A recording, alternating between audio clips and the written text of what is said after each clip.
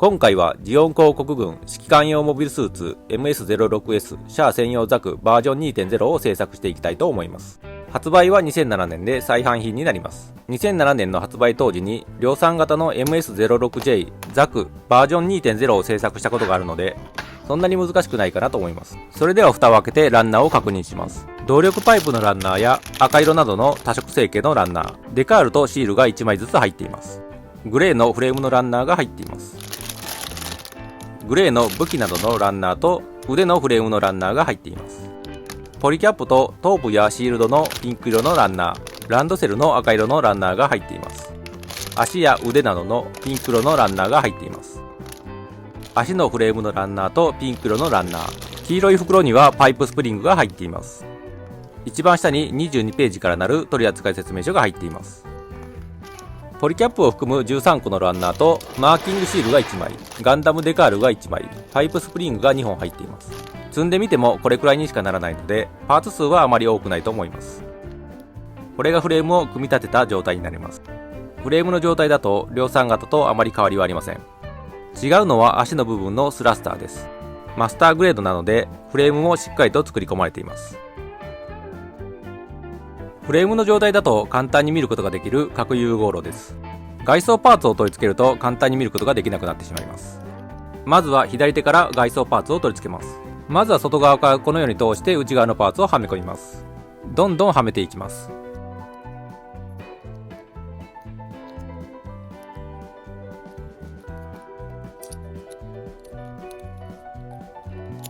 最後にショルダーアーマーを取り付けます。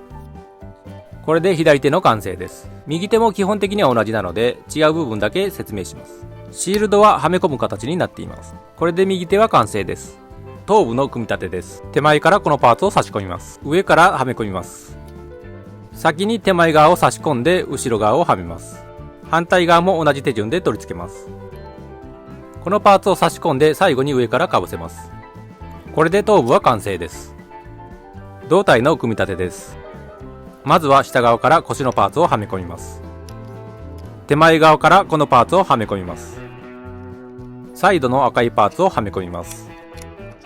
反対側も同じようにはめ込みます。パイプのパーツはまずは手前に差し込んで後ろの穴に差し込みます。反対側も同じように手前に差し込んで後ろの真ん中の穴に差し込みます。ランドセルに外装パーツを取り付けます。まずは真ん中のパーツをはめ込んで両サイドのパーツをはめ込みます。組み上がったランドセルを背中の部分に差し込みます。次は腰の部分の組み立てです。リアアーマーをはめます。フロントアーマーを横の穴から差し込みます。反対側も同じように差し込んでおきます。この小さいパーツをはめるときは上側を少し浮かした状態でこのパーツをはめて全体を押し込みます。これで取り付けることができました。サイドアーマーは丸いところに取り付けます。反対側も同じように取り付けて腰の部分は完成です。左足の組み立てです。まずはつま先に先の部分を入れながらはめ込みます。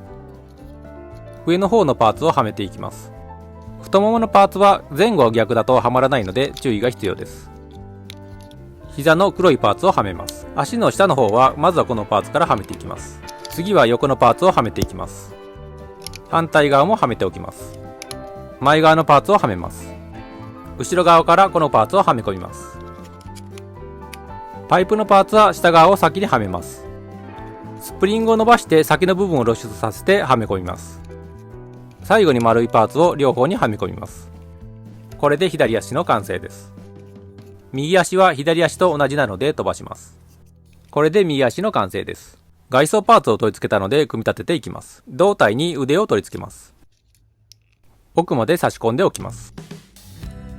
胴体に腰の部分を取り付けます。足を差し込みます。奥までしっかりと差し込んでおきます。反対側も同じように取り付けます。これで MS-06S シャア専用ザクバージョン 2.0 の完成です。物合いは蛍光ピンクを塗っています。可動域を見てみます。頭部を動かすと物合いも連動して動きます。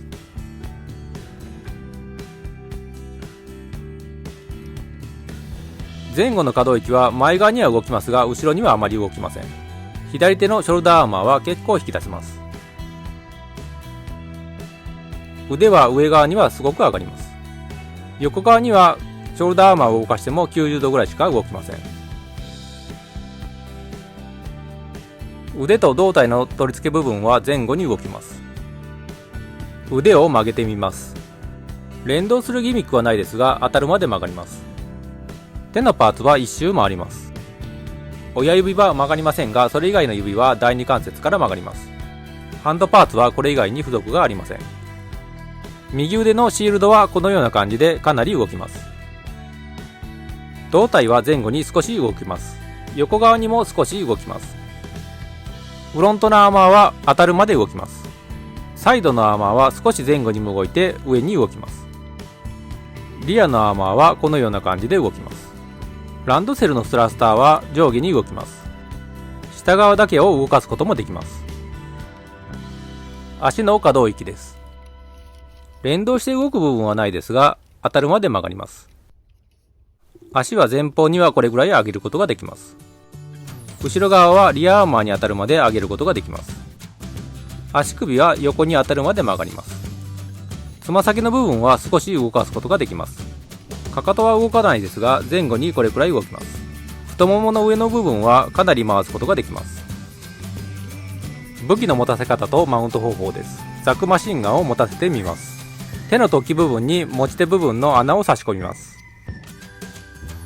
はめることができたら指を動かして持たせます。これで持たせることができました。保持力はあります。ザクマシンガンからマガジンを取り外します。ザクマシンガンのマガジンはリアアーマーにマウントすることができます。ザクマシンガンのギミックです。穴にマガジンを差し込むことができます。スコープをかなり動かすことができます。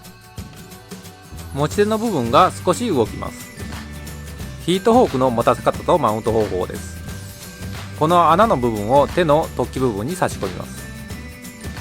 はまったら指を動かして持たせます。ヒートホークを持たせた状態です。保持力は全く問題がありません。マウント方法です。専用パーツをこの部分に取り付けます。サイドアーマーの穴に差し込んでマウントします。このようにマウントすることができます。次はザクバズーカです。同じように持ち手部分の穴を手の突起部分に差し込みます。まずは斜めの穴です。はめることができたら指を動かして持たせます。一番大きい武器ですが保持力は問題ありません。ザクバズーカは穴が2つあるので、もう1つの穴に刺してみます。はめることができたら指を動かして持たせます。こちらの保持力も全く問題がないです。ギミックです。スコープの蓋を閉じることができます。持ち手の部分がこれくらい動きます。スコープも動かすことができます。これで畳んだ状態になります。リアアーマーのバズーカラックにマウントすることができます。まずはラックを開きます。ラックの出っ張りとバズーカのへこみの部分を合わせます。合わせたらラックを上に動かしてマウントします。このようにマウントすることができます。前から見るとこのような感じになります。リフト車両の展開ギミックです。このように伸ばすことができます。このリフトは量産型にはついてないです。100分の1のシャア・アズナブルのフィギュアを立たせてみます。無理でした。何かひっつけるようなものでもないと立たないです。このキットの感想です。2007年と古いキットですが、可動域などは問題がないです。武器の保持力も全然問題はないです。自分の場合、トップコートを吹いたら指がかなり緩くなりました。たまたまかもしれませんが、肩のフレームに流し込みタイプのペンで墨入れを行ったところ、ABS 樹脂のフレームにひびが入って割れました。瞬間接着剤を使って補修しています。コクピットの開閉や物への稼働など、ギミックも素晴らしいと思います。フレームが割れてしまった以外の不満はほとんどないです。発売からだいぶ経っているので、バージョン 3.0 の発売が待たれます。最後におまけでコクピットのギミックです。コクピットは2箇所が開閉するようになっています。上にスライドさせて開けることができます。もう一つも同じように開けることができます。光を当ててみます。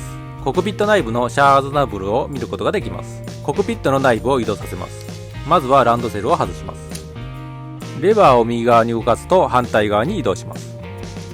コクピットが移動しているのがわかります。反対側に動かせば元に戻ります。コックピットを真ん中にするとランドセルをはめることができません。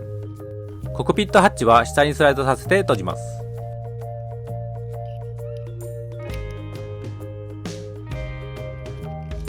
これで閉じることができました。ご視聴ありがとうございました。次回の動画もお楽しみに。